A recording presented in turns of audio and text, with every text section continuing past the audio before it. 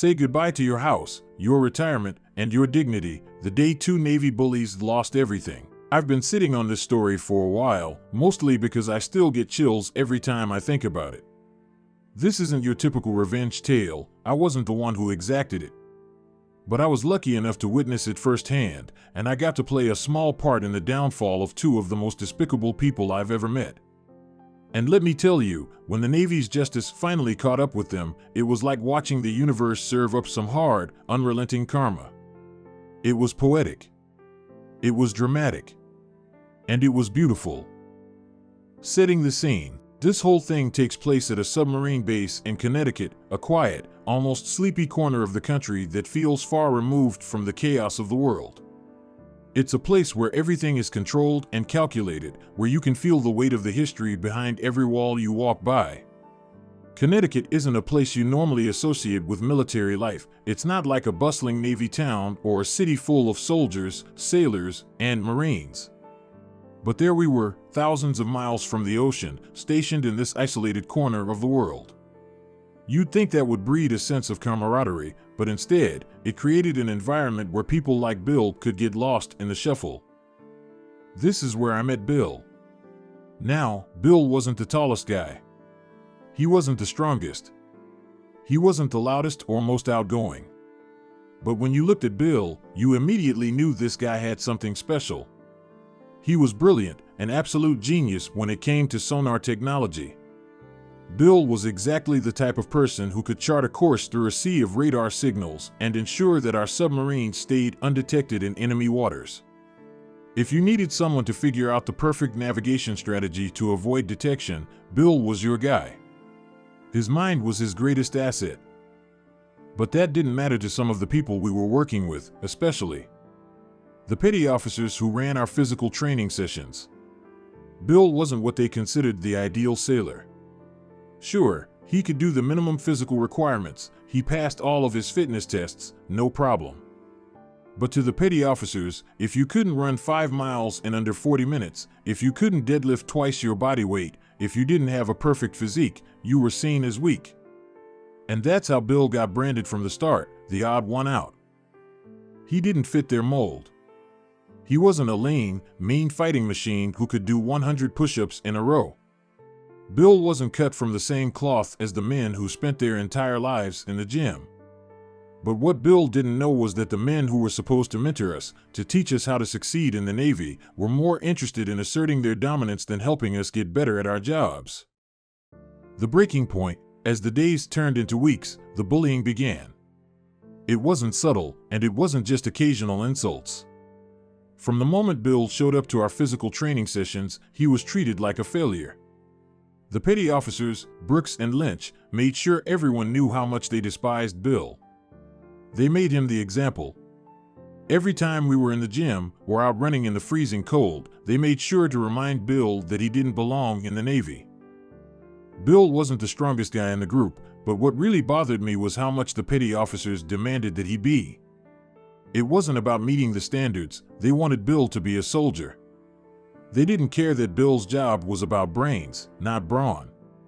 Instead of supporting him in his strengths, they tried to break him down for the things he wasn't. It was clear from day one that they had zero understanding of what Bill's role in the Navy was meant to be. But they didn't care. They belittled him.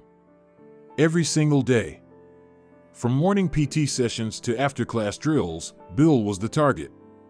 They'd call him fat, lazy, and weak, making cruel jokes about his glasses.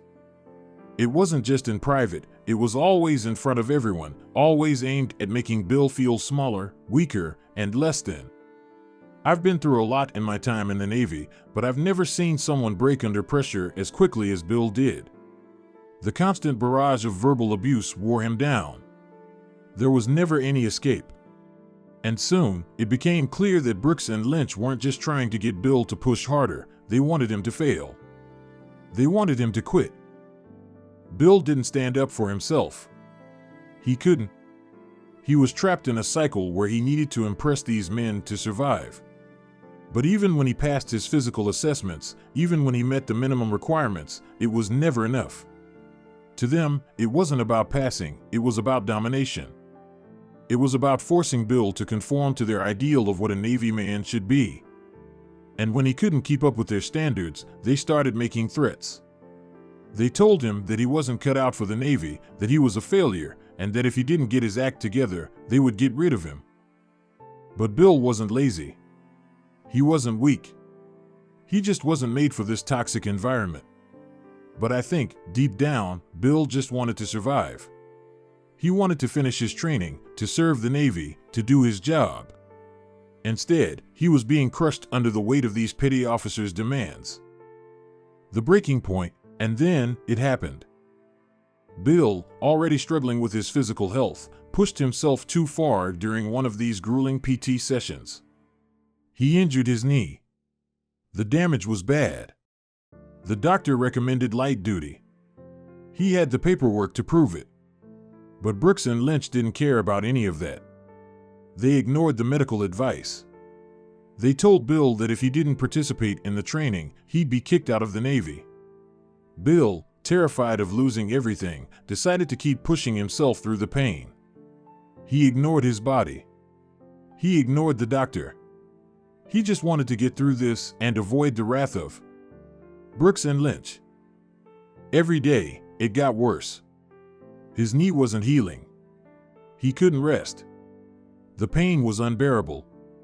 But Brooks and Lynch kept pushing him. They mocked him for being weak, for needing a doctor's note to stay out of training. They accused him of faking it, of not wanting to be a real sailor. They didn't see the man who was in pain, they only saw someone who was failing their idea of what a Navy sailor should be. But the physical pain wasn't even the worst part. The real damage was happening in his head. Bill's mental health was crumbling under the weight of it all. There were days when he could barely get out of bed. There were days when he just wanted to disappear. He couldn't turn to anyone for help because he didn't want to be seen as weak. He didn't know who to trust. And with each passing day, he felt more and more isolated. He was losing his sense of self. He was losing the person he used to be. The night that changed everything. After weeks of relentless torment, Bill reached out. He scheduled a meeting with the chaplain. The chaplain was a kind woman, gentle and approachable, someone who truly cared about the well-being of the sailors. She wasn't just a religious figure, she was someone who could listen, who could offer support. Bill was at his lowest point, and he knew he needed to talk to someone. But when he told Brooks and Lynch he had an appointment with the chaplain, they mocked him even more. They told him it was a waste of time, that the chaplain wouldn't care, that he was weak for needing help. They told him that if he didn't show up for training, they would make his life even harder.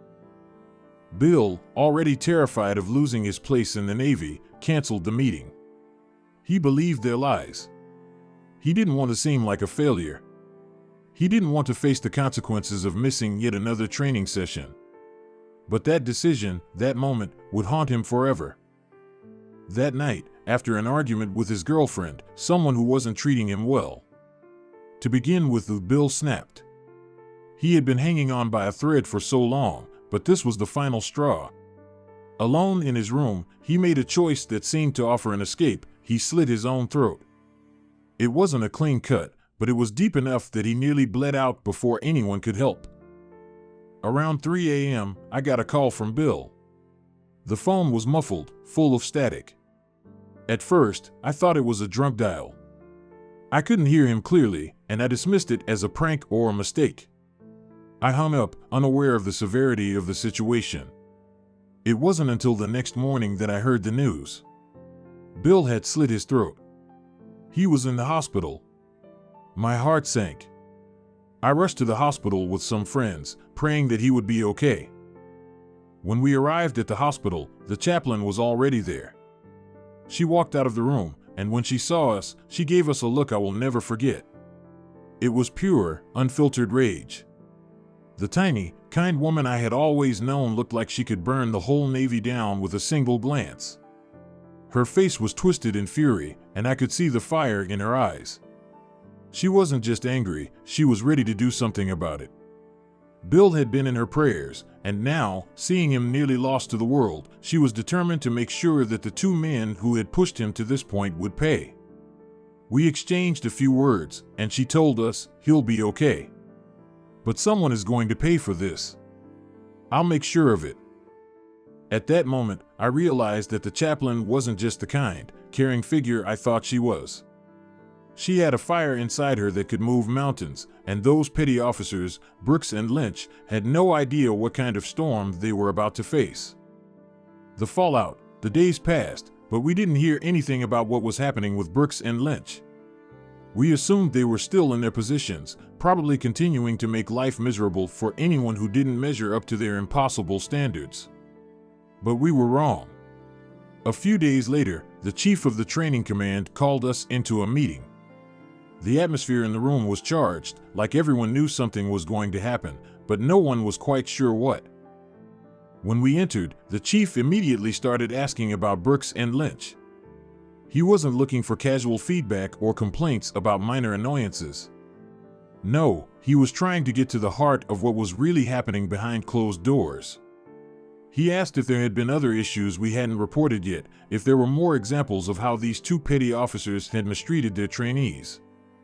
And we gave it to him, every detail we could think of. We told him about the bullying, the mental abuse, the repeated threats, and the verbal assaults that had left Bill a broken man. And that was just the tip of the iceberg. We all had stories to tell, and as we laid it out, the chief's face hardened. I could tell that something was already in motion behind the scenes. The next day, everything changed. Brooks and Lynch were gone. Just like that. They didn't even get the courtesy of an explanation. One minute, they were in charge, the next, they were out of the Navy. No warning. No goodbye. They were officially discharged, but not just any discharge. They were given dishonorable discharges. And once you're dishonorably discharged from the Navy, that's it. Your career is over. You're a pariah in the military world. No one will touch you with a 10-foot pole. Not even the smallest civilian jobs that would accept someone with a less than stellar record will take you in. The Navy even went so far as to kick them out of their base housing, leaving them homeless, with no help in packing up their things or moving there. Families. All they got was a one-way bus ticket back home. But that wasn't the worst part. No, the worst part was that both of them had been so close to retirement. One of them, Brooks, had been in the Navy for 18 years. Just 2 more years, and he would have walked out with a full pension, benefits for life, and a steady income. He was about to retire, and then it would have been smooth sailing for him and his family. But instead, he lost everything. The other, Lynch, had been in for 12 years. He had even less time left to go before reaching that same milestone. Both of them had sacrificed so much of their lives for a career that they thought would give them everything. But now, everything was gone. These two men, who thought they could do whatever they wanted, who believed they were invincible in their little corner of the world, were now completely ruined. And it wasn't just the loss of their Navy careers. The dishonorable discharge meant that they wouldn't even be able to find work at places like McDonald's or Taco Bell. These companies, which had contracts with the Department of Defense, couldn't hire anyone with a dishonorable discharge. That's right, these men were now unemployable. They couldn't even get a job flipping burgers or working at a gas station. Their lives were destroyed, and the worst part was that they didn't even see it coming. Where are they now? As for Bill, he survived. Barely. But he survived. It was touch and go for a while there. He was physically stable, but emotionally, he was a wreck. The Navy, despite everything, took care of him. They gave him a medical discharge for his knee injury, which meant that he wouldn't have to worry about his future. He got an honorable discharge, meaning he'd be able to receive medical benefits for life, plus a steady pension. The Navy didn't leave him in the lurch like they had with Brooks and Lynch. They gave him the support he needed to recover, and he was sent home with a plan to help him heal. Bill didn't give up, though. After everything he'd been through, he found the strength to rebuild his life. He became a police officer in his hometown, finally finding a career where he could make a real difference, just like he had always wanted to do. Bill got married a few years later, and the guy who had been broken by cruel petty officers was now living a life full of meaning and purpose. It was a far cry from the man who had once thought about ending his life.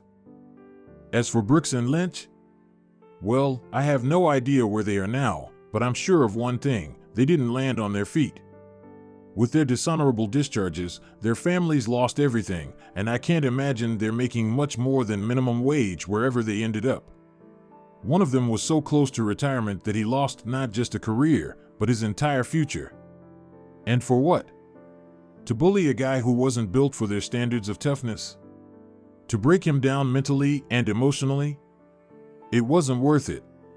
The Navy made sure of that.